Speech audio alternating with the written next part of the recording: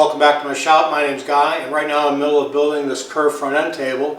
If you've missed the previous episodes, I'll leave a link over in the corner for you to take a look at those. This time I'm going to work on the maple back for this, and I'm also going to work on making this solid cherry top with this cool curved front end. So stick around. This is the piece that's going to be the top. Now, top needs to be, I need to have a blank anyways, that's a little bit better than 18 inches wide and about 25 inches long. So this piece is 60 inches, and I'm going to cut it right down the middle for now. So after I cut this, I'm just going to put these together and try to figure out where the best grain match is before I glue them up.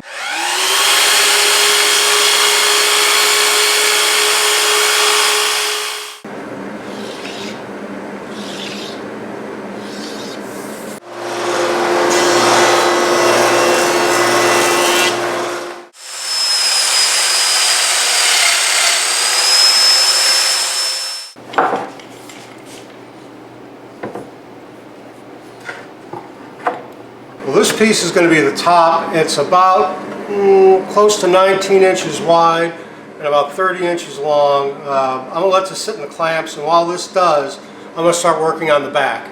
Well, these are the three pieces of maple that are going to make up the back of the cabinet. Now, I know the distance between the legs that I have is 19 and 5/16. So right now I'm sitting at about 22 and a half. I'm going to cut these boards down to about 21 inches for now. So I need to cut these each down to 7 inches. I put a dado stack in my table saw. It's a 1/2 inch, but I've only got 1/4 of an inch exposed because of my auxiliary fence here. I've also got the blade set at a height of a little bit higher than 3/16, which is a little bit better than half the thickness of the backs. So I've got my wood stacked up here.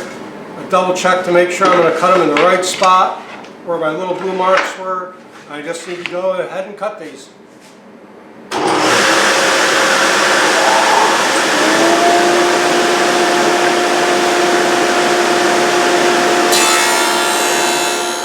I took material off the two side pieces. It was about 3/4 of an inch. I've got a nice 1/16 to a 32nd inch gap going all the way across.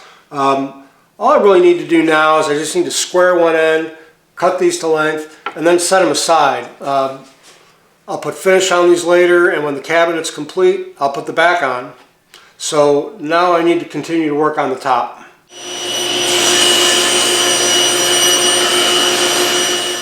I've got the top all cleaned up, and I've cut it perfectly square, or perfectly rectangle, depending on how you want to look at it. Now it is at its finished length of 25 inches.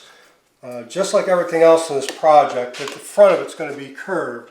So I need to establish that center line that I've always established on everything so far. So I've got a big square here, and I'm just going to mark the center line right here all the way down the board. Well, I've got the top clamped down to my assembly table here. I've got the center line marked. I've also got another board behind, just a piece of MDF, where the center line goes all the way through it. I've got to match that radius on the front that I use for the rest of the cabinet. So it's a 34 1/4 inch radius. Don't ask me how I came up with that, but I did. And what I've got here is a trammel point with a pencil on it. I put a mark down here.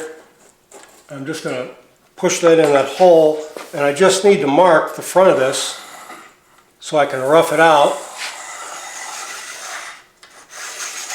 on the bandsaw. So after I got the front of this cut off, I left about a 1/16 of an inch extra on there.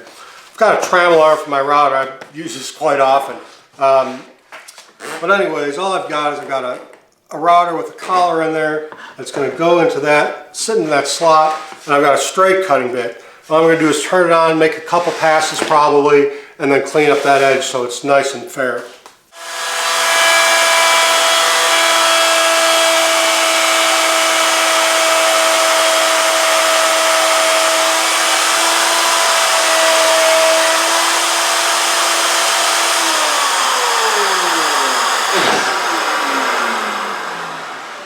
So, as you can see, I made a pretty big mistake here, and basically what happened is router got away from me. I didn't have everything clamped down as well as I should. I was being stupid. I was going uphill, and a lot of different things. So basically it got away from me and ruined this top. So what I'm going to do is I'm going to cut half of this off. I've still got the other half of this board from the original glue up. So I'm going to mill that down. I'm going to cut this piece off and start over with a new piece on the top.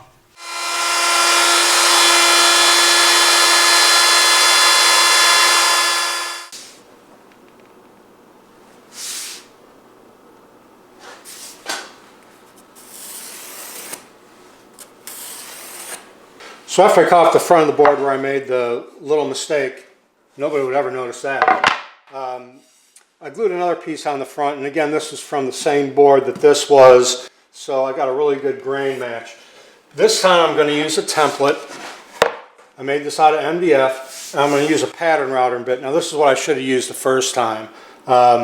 This is a bit made by Whiteside. They call it their ultimate pattern routing bit, I think. The nice thing about this is it's got flutes that both run uphill and downhill, so that when I'm going uphill and downhill, I get a real nice smooth finish. So all I'm going to do is I'm going to take this, I'm going to double stick tape this, and then go over to my router table and smooth off the front of that.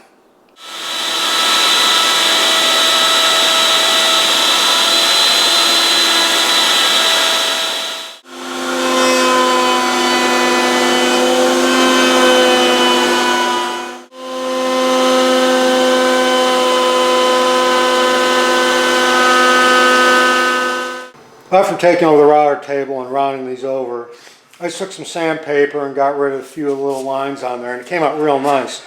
I'm going to try to keep this as flat as possible on top. I don't want to round over these sharp corners here. I may soften this corner a little bit, but I really like the way that round over looks, and it's going to look good on this particular table.